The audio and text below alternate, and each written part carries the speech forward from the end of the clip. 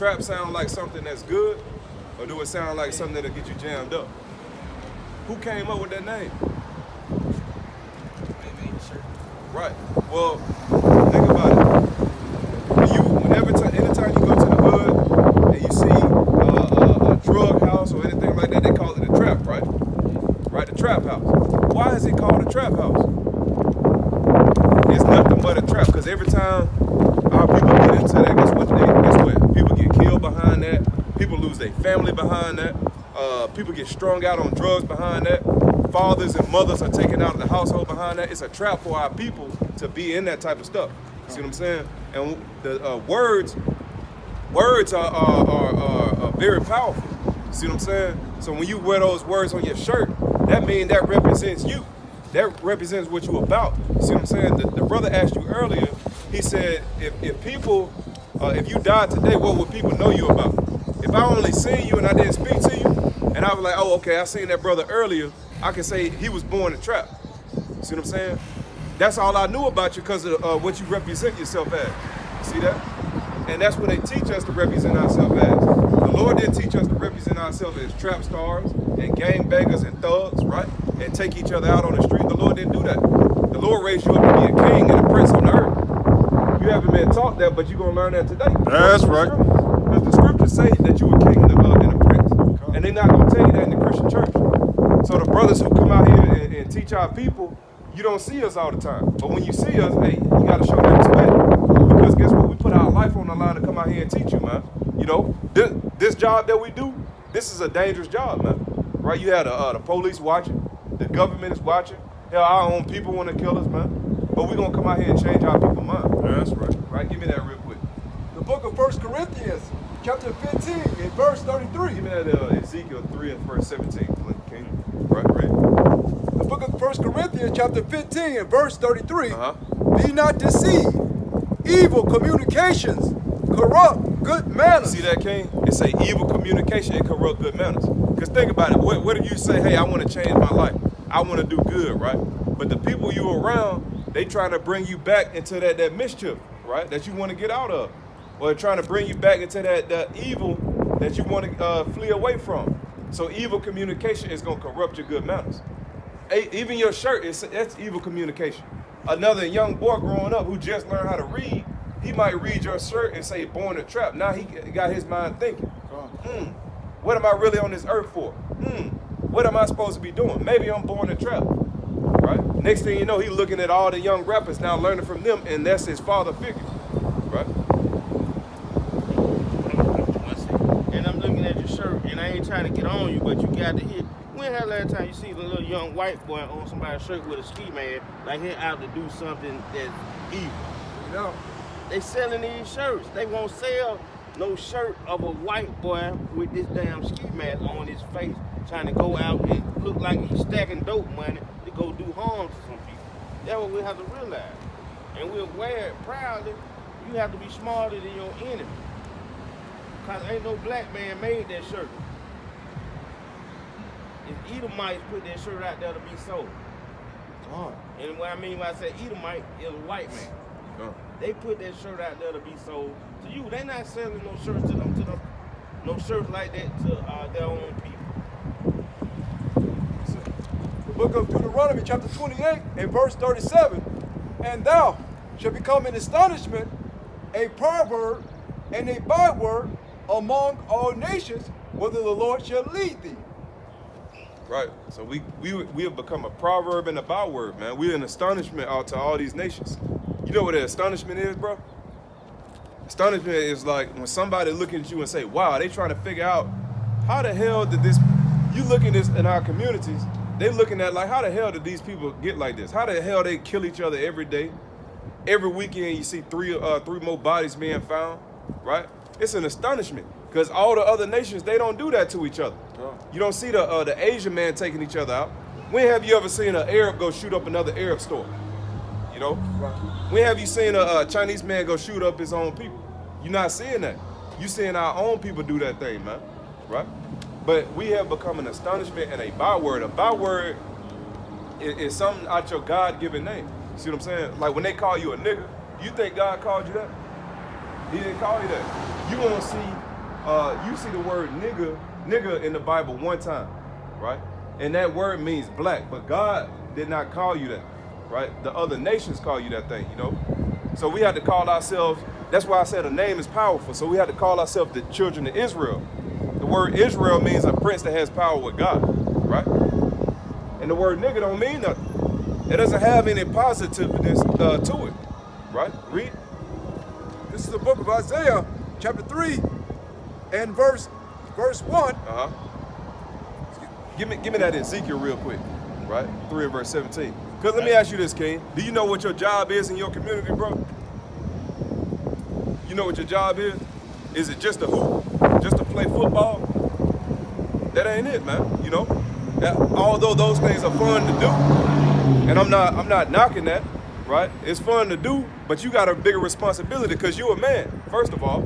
So you got to teach all the youth, right? You got to decide what you're going to teach the youth. Am I going to teach the youth evil, or am I going to teach the youth good, right? Do I want to tell this little 5-year-old boy right here how to stack his money and shoot guns and do all this bull crap, right? Or do I want to uplift him and ask him what kind of business do he want to own when he grow up? Ask him what he want to be when he grow up. You see what I'm saying? Right, read what you got.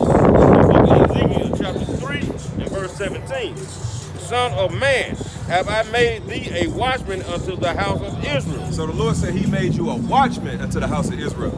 Like it say the streets are watchmen, right? We are the watchmen. Why do you think we come out here? Because we see our people killing each other, man, left and right, man. You think we'll be out here if everything was all sugar and cakes? No, we wouldn't even come out here. We'll be at home chilling. But we see a problem in our community, and the Lord told us to come out to our people and let them know that they got to repent, to watch for their soul, to tell them whether they right or wrong, right? We have to come out here and correct our people. That's what we out here for. You know, read what you got again. Book of Ezekiel chapter 3 verse 17. Son of man, I have made thee a watchman unto the house of Israel. And the Lord made you a watchman too. So you got to watch for your people's soul, you know. Right, keep reading. Therefore, build the word in my mouth and give them warning from me. And do what? And give them warning from me. This is what we out here for, young king. We out here to give you warning, bro. Right? To tell you to repent and keep the commandments. Otherwise, the Lord can judge you, man. You know? Some of the commandments is not eating pork, not eating shrimp. Did you know that, brother? Right? Because do you know what that does to our body? It destroys us from the inside out. You see what I'm saying? But are we being taught that in our community? No, our people going to buy pork skins, going to buy the beef jerky with the pork in it, you know, going to eat damn pork hot dogs, cooking ribs on a Saturday, man, you know. But we're not being taught wisdom and knowledge, and that's what's destroying us from the inside out. You know, read what you got, King. The book of Isaiah, chapter 3, and verse 8. For Jerusalem is ruined. What did the Lord say? For Jerusalem is ruined. Our people are ruined out here, bro. Our people are ruined out here, man, as a nation. For Jerusalem is ruined, and Judah is fallen. And Judah is fallen. Judah is who the world called the so-called African Americans. We come from the tribe of Judah. Because how are we African and American? Right? Who named us that, man? So-called white man did. Right? Did he not? We didn't name ourselves that. God named you Israelite from the tribe of Judah. Right, Reed? For Jerusalem is ruined, and Judah is fallen, because their tongue and their doings are against the Lord. Are against what? Or against the Lord. And we fell because we went against the Lord. You know how strong of a connection you have with the Most High? We don't even realize how strong it is, right? Because guess what? We're not taught to how to reach out to the Most High, how to obey the Most High. We're not taught how to look for our Father, man. You know? So if we never taught who our Father is, first of all, how to talk to our Father, how to listen to our Father, then we'll never know what the hell to do. Because the Father, even on a smaller level, the Father is in the household to give correction, to give order and structure, and to make sure the foundation is not shaken up in the house. You know? Right, read. It says, and their tongue and their doings are against the Lord Uh-huh. to provoke the eyes of his glory. That's right, and we provoking the eyes of the Lord, right? Give me Deuteronomy 28 and verse 15, right? Bible Kashah. Because let me ask you this, brother. Why is it that so-called black people went into slavery on ships? Can you answer that? As a whole nation, all of us came over here on ships, man, right? Now, I'll take that back. Some of us were already over here, but the majority of us came on ships, right? Read what you got. Book of Deuteronomy, chapter 28, verse 15. But it shall come to pass, if thou wilt not hearken unto the voice of the Lord thy God, to observe to do all his commandments. How many of them? All his commandments. What did it say, King? All his commandments. What that scripture just say? All his God, read. And his statutes, which I command thee this day, that all these curses. All these what? All these curses. What did it say, brother? All the curses. Let me ask you this, bro. Do you think a curse is a good thing or a bad thing? Right, that's a bad thing. Because you'd rather be blessed, right? So a curse, the Lord said bad things are going to happen to our people as a nation for disobeying his commandments. Can you read it? That all these curses shall come upon thee and overtake thee. So the Lord said they're going to overtake you. What happened if you get overtaken, right? If you playing, you say you play football, what happened if you running the ball and 5 dudes get on it? They're going to overtake you, right? They about to bring you down. See what I'm saying? For the most part, one got your leg, the other one got your arm, the other one reaching for the ball. Hey, you might fall. See what I'm saying? You getting overtaken. We getting overtaken as a people, right? That's how the nations are doing us, right? Read. Verse 16. Cursed shall thou be in the city. What is Smithfield Projects? Cursed shall thou be in the city. What is Gate City? Cursed shall thou be in the city. What is Loveman Village Project? Cursed shall thou be in the city. That's what you call being cursed in the city, man. When you look at these projects, man, do you think it's a blessing that we live over here as a people? No, it's a curse. So the Lord said, cursed shall you be in the city. So the Lord said, because you broke my commandments, you're going to be cursed in the city. That's why we live in the projects. That's why our people live in the ghettos, right? That's why you don't see the Arab man who owned this store. He don't live over here, right? He lives somewhere else with his people, right? Read.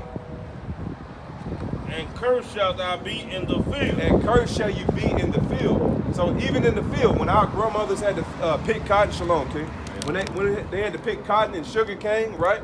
They were cursed in the field.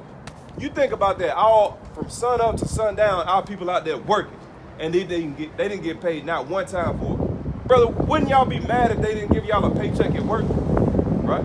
You'll be pissed off. Even if they're a day late, you'll be mad as hell, right?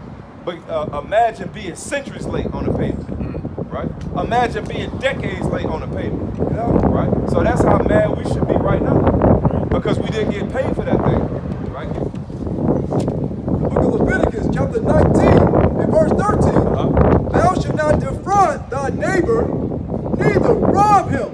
What did the Lord say? Neither rob him. So the Lord said, thou shalt not defraud thy neighbor, man, right? Neither rob him. And our people don't do anything but rob each other, right? And commit usury upon each other, right? Commit whoredom and mischief upon each other, right? Read that again. The book of Leviticus, chapter 19, verse 13. Thou shalt not defraud thy neighbor, neither rob him. The wages of him that is hired, thou shalt not abide all night. Right. So we are the Hebrew Israelites. We come out here to teach the black, Hispanics, and Native Americans, God's chosen people, who you are. Right? We come out here to teach you that you're not just African Americans and you're not just Negroes. We come out here to uplift our people and bring them out of the dust, to remind them that you are greater than just nothing. To remind you that you are greater than a Negro, right? The Lord never called you that thing. So now it's time for you to come back to who you are as a people and to remember yourself. The Lord said you will remember yourself in the last days, man. You will remember that you're not an African American. Remember that you're not a Hispanic or a Native American, man. Now it's time to come back as a nation of people and gather ourselves together, as Zephaniah chapter 2 and verse number 1 says, right? Read what you got, Ken. The book of Jeremiah, chapter 22 and verse 13. Woe unto him that builded his house by unrighteousness, and his chambers by wrong. That's right. And the so-called white man, he has built his house by unrighteousness, man. This land was built on rape, rob, and murder, man. Right? So what do you think is going to follow? Rape, rob, and murder. Mischief, lewdness, right? Usury. All of these things follow behind that thing. And the Lord said that place will be destroyed. And that's why this land has to be destroyed, because it was once the so-called native people right to this land, the Israelites, it was once their land. They came over here and wrote many hundreds of treaties with you, and then turn their back on you and stab you in the back, man. Right? Look what you got. Woe unto him that buildeth his house by unrighteousness, and his chambers by wrong, that uses his neighbor's service without wages. Without what? Without wages. And so-called black man and black woman, they used your grandmother's services without wages. They had her cooking in the kitchen, right? They had your grandpa out on the field, right? They raped your grandmother, right? They worked your kids, child labor, man. And they didn't give you any wages. And that's why you should be pissed off, man. That's why you shouldn't care for these different nations. They don't care for you. Right? Read what you got. Book of Romans, chapter 12, verse 19. Dearly beloved, avenge not yourselves, but rather give place unto wrath. For it is written, vengeance is mine. I will repay, saith the Lord. And the Lord is going to repay that thing. See that? The Lord is going to give us the green light to get that vengeance upon these other nations, man, and upon the heathen. You know? But give me Deuteronomy chapter 28, verse 15. Let me show you why we out here, man. Let me show you, according to the Bible, what happened to our people. Let me show you why we went into slavery on ships. Let me show you why we live in the hoods and in the projects, man. Let me show you why we come from bad things and curses are upon us. Right? Deuteronomy chapter 28 and verse number 15. The book of Deuteronomy, chapter 28, verse 15. But it shall come to pass, if thou wilt not hearken unto the voice of the Lord thy God, to observe, to do all his commandments. Some of them. All his commandments. And his statutes, which I command thee this day, that all these curses. All these what? All these curses shall come upon thee and overtake thee. Did you hear that, brother? The Lord said curses will come upon you and overtake you. We are being overtaken by curses as a people, right? Because can anybody just outright say that all so-called black people are living in a blessed estate? No, you can't say that, man. As a nation of people, you can't say that. We're not blessed. Where is black supremacy on the face of this earth right now? You don't have that. You have white supremacy. You have white rulership. You have whitewashing, right? All of these things is why you're gonna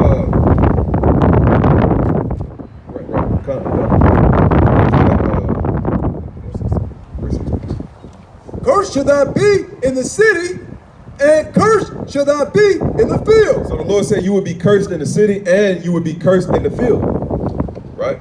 So when you go to Loveman Village, when you go to Smithfield Projects, right? You don't see the Chinese man there in Kim Jong-un and all his family there, you know? You don't see Abu there. You don't see who else we got? What other nation? You don't see the so-called white man Jason there. Jason don't live over there. Jason lived over in Vestavia in Hoover, right? He lived in the hills, man. He lived somewhere secluded and ducked off, trying to get away from the so-called black man, right? Read what you got. Cursed shall thou be in the field, cursed shall be thy basket and thy store. Cursed shall be the fruit of thy body. Hey, check this out, King. Before you walk in the store, King, check this out. Cursed shall be thy basket and thy store. Cursed shall be the fruit of thy body, and the fruit of thy land, the increase of thy kind, and the flocks of thy sheep. That's right. The Lord said even your sheep will be cursed. Your sheep don't even belong to you anymore. Where's your sheep, so-called black man? Where are your rams? Where are your cattle at, man? Where are your chickens? The so-called white man's taking everything from you. right? And then he sell it right back to you and make you get a license even if you have these animals now, right? They took your whole land. Now you gotta have taxes on your land, right? Now you gotta have a permit. You know, they gotta give you permission in order for you to do anything. Hell, you can damn near even build anything on your own land without permission. If you want to add to your house, you gotta get permission. That's what you call being cursed in the city, cursed in the field, right? Give me verse 45, right? Verse number, Deuteronomy chapter 28, verse 45. Read what you got. Deuteronomy chapter 28, verse 45. Moreover, all these curses shall come upon thee, and shall pursue thee, and overtake thee, till thou be destroyed. And the Lord said curses will come upon you and overtake you until you be destroyed. Now we have a destroyed mindset. Now we have a destroyed mind. Now we don't even know which foods to eat. Now we don't even know where to live. Now we don't know where we're from. So we're destroyed all the way around. We don't even know who our own brother is, man. You ask any of our people who is your neighbor, guess what? They'll just say the man next door. They'll say the so-called white man, right? He's my neighbor, right? I love him, right? But the person right around the street from you, you kill him in cold blood. You know, read. Because thou hearkenest not unto the voice of the Lord thy God, to keep his commandments and his statutes, which he commanded this day. And the Lord said, read that last part again.